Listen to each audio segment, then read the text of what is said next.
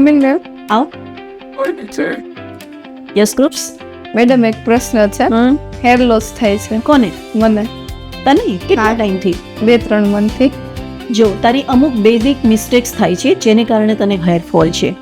સૌથી પહેલા તો તું જે છે ને એકદમ ટાઈટ હેર બાંધે છે તો એને થોડાક લૂઝ બાંધ, બરોબર છે? એકદમ ટાઈટથી પણ વાળ ખરાબ થાય છે. બીજી વસ્તુ કે તું બ્લો ડ્રાયરથી હેર ડ્રાય કરે છે કે નેચરલી હેર ડ્રાયરથી ને? યસ. તો એ તું ન વાપર, કારણ કે એની એક્સ્ટ્રા હીટથી પણ હેર ખરાબ થાય છે. હેર ઓઇલ યુઝ કરે છે? ના. હેર ઓઇલ પણ યુઝ કરે, એના વગર પોષણ કઈ રીતે મળશે?